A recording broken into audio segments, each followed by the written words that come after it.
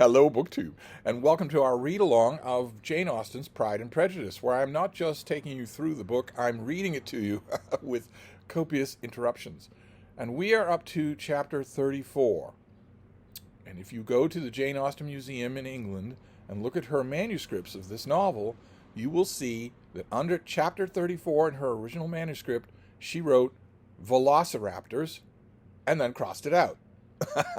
And that's because you should prepare yourself for velociraptors in this chapter.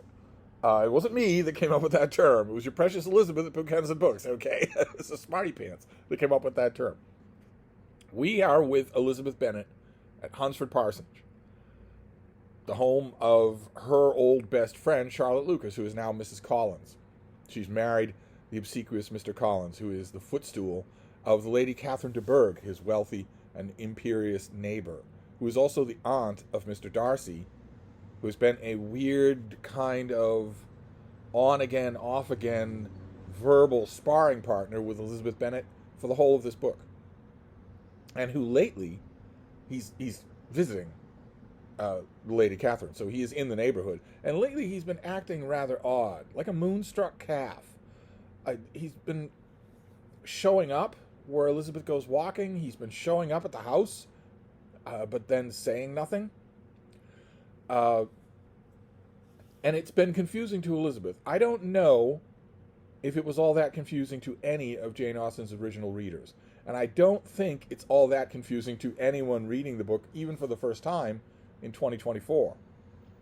But unbeknownst to Darcy, at least originally, his standing with Elizabeth is getting worse all the time. His standing was already fatally wounded by Mr. Wickham, who back in Meryton told Elizabeth all kinds of stories to Darcy's discredit about how horrible a person he is, about how he deprived Mr. Wickham of a living that would have been his and would have given him a life of comparative ease, a life at least as easy as that of Mr. Collins. And just in the last chapter, Elizabeth got more fuel for that fire. Because Colonel Fitzwilliam told her a story, no particulars. He didn't know any particulars. He didn't know he was talking to someone who's directly involved in that story, or he wouldn't have done it. But he told the story about how Darcy was bragging about having saved his friend Mr. Bingley from a bad arrangement, from a disastrous marriage. And keep in mind, Colonel Fitzwilliam didn't know that it was Bingley, and he didn't know who Bingley was saved from, but it's an anecdote that can only apply to what happened at Netherfield Hall. And it infuriates Elizabeth. Infuriates her, pains her, and also makes her cry. To such an extent that she has to beg off from the next social engagement where she thinks Mr. Darcy might be present, which is noticed by everybody. And that brings us to chapter 34. I hope you're sitting down. When they were gone, Elizabeth, as if intending to exasperate herself as much as possible against Mr. Darcy, chose for her employment the examination of all the letters which Jane had written to her since her being in Kent.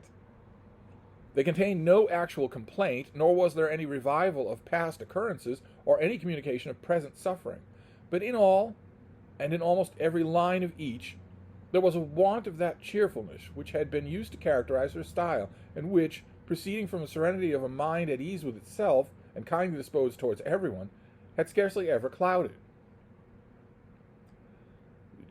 Elizabeth is rereading Jane's letters, which, to a knowing eye, to an informed eye, to a sister's eye, show a wounded heart.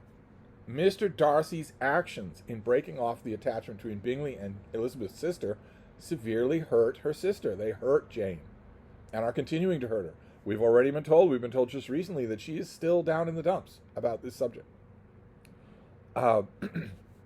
Elizabeth noticed every sentence conveying the idea of uneasiness, with an attention which had hardly received on the first perusal. Mr. Darcy's shameful boast of what misery he had been able to inflict gave her a keener sense of her sister's sufferings. It was some consolation to think that her visit to Rosings was to end on the day after the next, and still greater that in less than a fortnight she should herself be with Jane again, and enabled to contribute to the recovery of her spirits by all that affection could do. She could not think of Darcy's leaving Kent without remembering that his cousin was to go with him, but Colonel Fitzwilliam had made it clear that he had no intentions at all, and agreeable as he was, she did not mean to be unhappy about him. It crossed her mind that maybe Colonel Fitzwilliam was partial to her, romantically. But it's clear that's not the case. And now we know that she's leaving. She's about to leave the country. While settling this point, she was suddenly roused by the sound of the doorbell, and her spirits were a little fluttered by the idea of it being Colonel Fitzwilliam himself, who had once before called late in the evening and might now come to inquire particularly after her. But this idea was soon banished, and her spirits very differently affected when, to her utter amazement, she saw Mr. Darcy walk into the room. In a hurried manner, he immediately began an inquiry after her health, imputing his visit to a wish of hearing that she were better. Keep in mind, she told Charlotte Lucas and her husband to go to Rosings, to go to the next social engagement, and say that her headache was really bad and that she can't join them, which is a pretext for someone to check on her, I guess. She answers him with cold civility. He sat down for a few moments, and then, getting up, walked about the room. Elizabeth was surprised, but said not a word. After a silence of several minutes, he came towards her with in an agitated manner, and thus began. "In vain I have struggled. It will not do.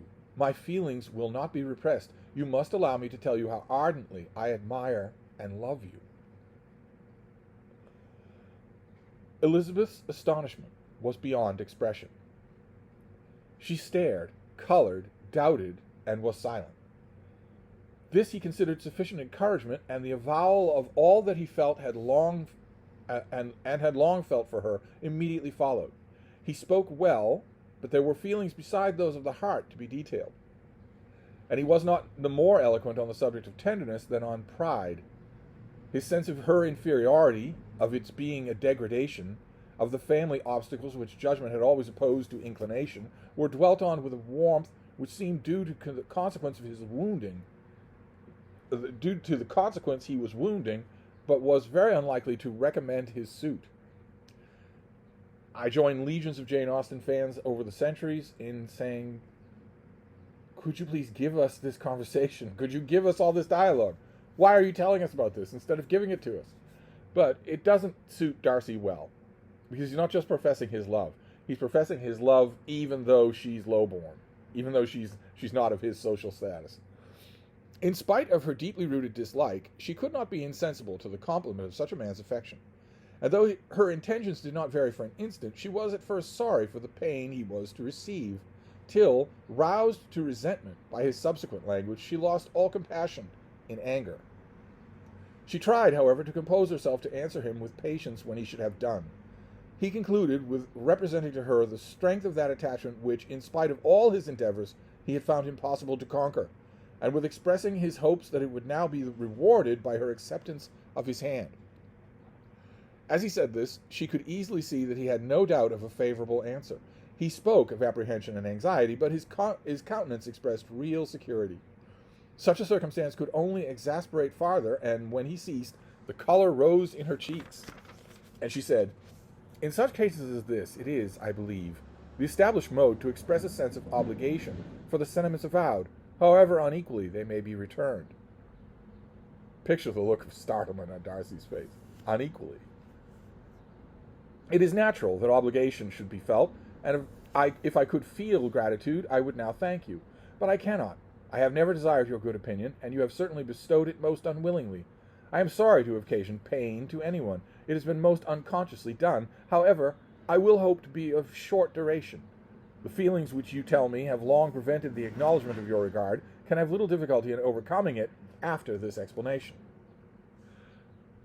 Darcy has done this wrong. That's the point she's trying to make. He has stressed in his pitching his woo how much is against it, and he just can't help himself, without seeming to realize how humiliating that would be for Elizabeth to hear, that him going over and over again about how she's the wrong choice. Mr. Darcy, who was leaning against the mantelpiece with his eyes fixed on her face, seemed to catch her words with no less resentment than surprise. His complexion became pale with anger, and the disturbance of his mind was visible in every feature. He was struggling for the appearance of composure, and would not open his lips till he believed himself to have attained it. The pause to Elizabeth's feelings was dreadful. At length, in a voice of forced calmness, he said, "And is this all the reply which I am to have the honor of expecting? I might, perhaps, wish to be informed why, with so little endeavor at civility, I am thus rejected, but it is of small importance. I might as well inquire, replied she, why, with so evident a design of offending and insulting me, you chose to tell me that you liked me against your will, against your reason, and even against your character. Was not this some excuse for incivility, if I was uncivil? But I have other provocations. You know I have. Had not my own feelings decided against you, had they been indifferent, or had they even been favorable, do you think that any consideration would tempt me to accept the man who has been the means of ruining, perhaps forever, the happiness of a most beloved sister? As she pronounced these words, Mr. Darcy changed color, but the emotion was short, and he listened without attempting an interruption while she continued. I have every reason in the world to think ill of you. No motive can excuse the unjust and ungenerous part you acted there. You dare not, you cannot deny that you have been the principal, if not the only means of dividing them from each other, of exposing one to the censures of the world for caprice and instability, and the other to its derision for disappointed hopes, and involving them both in misery of the acutest kind. She paused, and saw with no slight indignation that he was listening with an air which proved him wholly unmoved by any feeling of remorse. He even looked at her with a smile of affected incredulity. Can you deny that you have done it? She repeated. With assumed tranquillity, he replied, I have no wish of denying that I did everything in my power to separate my friend from your sister, or that I rejoice in my success. Towards him, I have been kinder than towards myself. Elizabeth disdained the appearance of noticing this civil reflection, but its meaning did not escape, nor was it likely to conciliate her. But it is not merely this affair, she continued, on which my dislike is founded. Long before it had taken place, my opinion of you was decided. Your character was unfolded in the recital which I received many months ago from Mr. Wickham.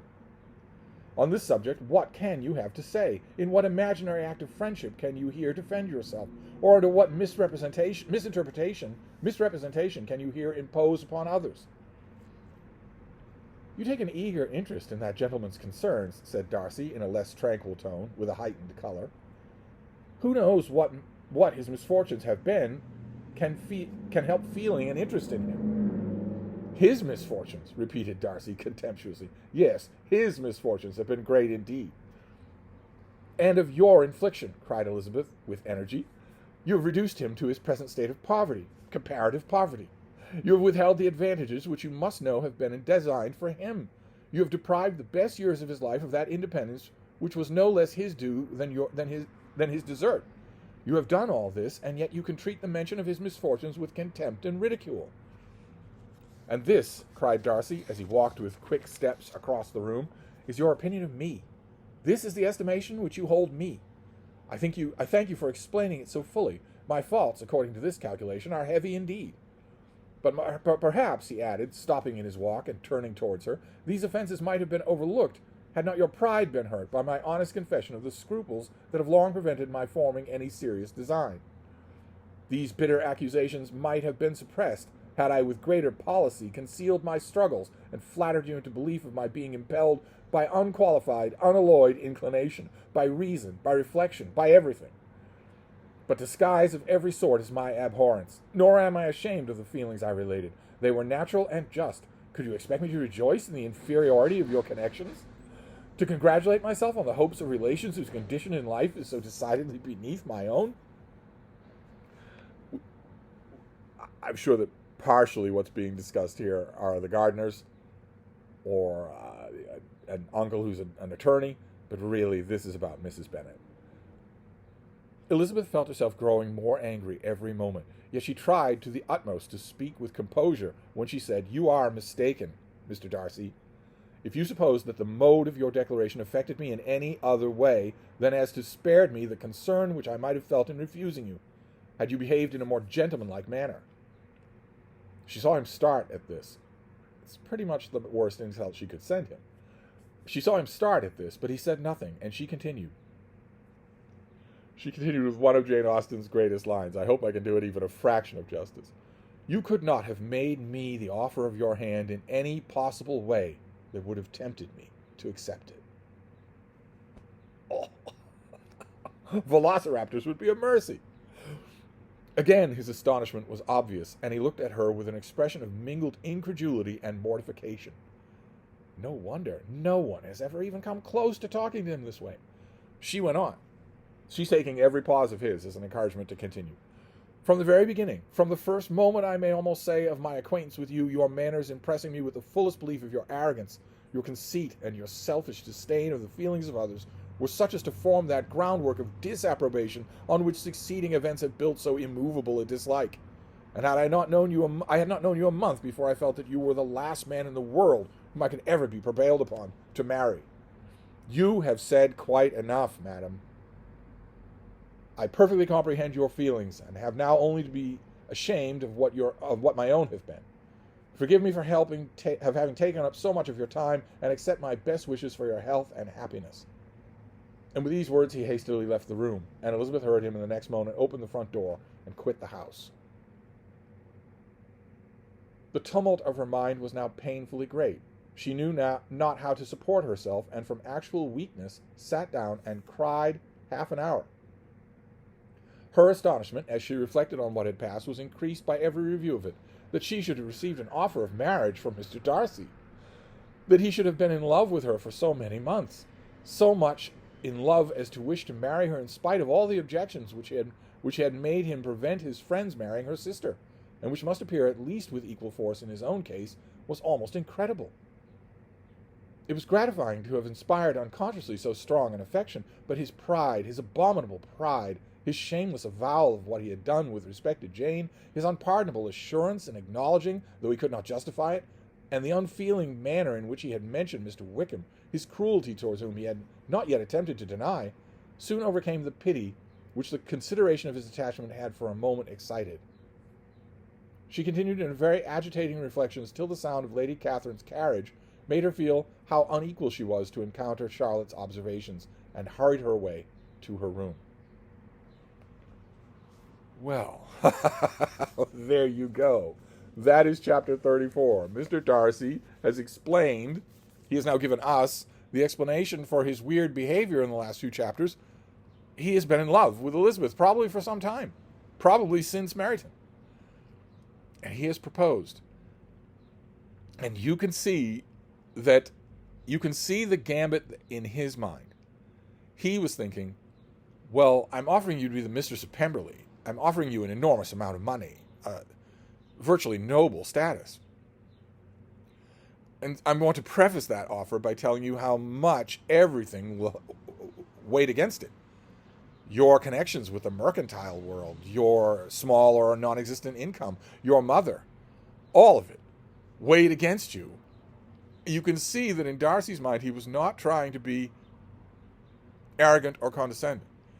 He was trying to underscore how strong his affection is. He just fatally does it wrong. He has no idea how insulting he's being. Because, let's remember, any other young woman that he's ever known, probably any other young woman in most of the kingdom, would happily accept that gambit. They would say, well, you're right, I am nothing compared to you. How honored I am that your emotions for me are so strong as to overcome all that. But not Elizabeth, not our Lizzie. And so she rebuffs him. You could not have made me the offer of your hand in any possible way that would have tempted me to accept it. And that is chapter 34. Velociraptors indeed.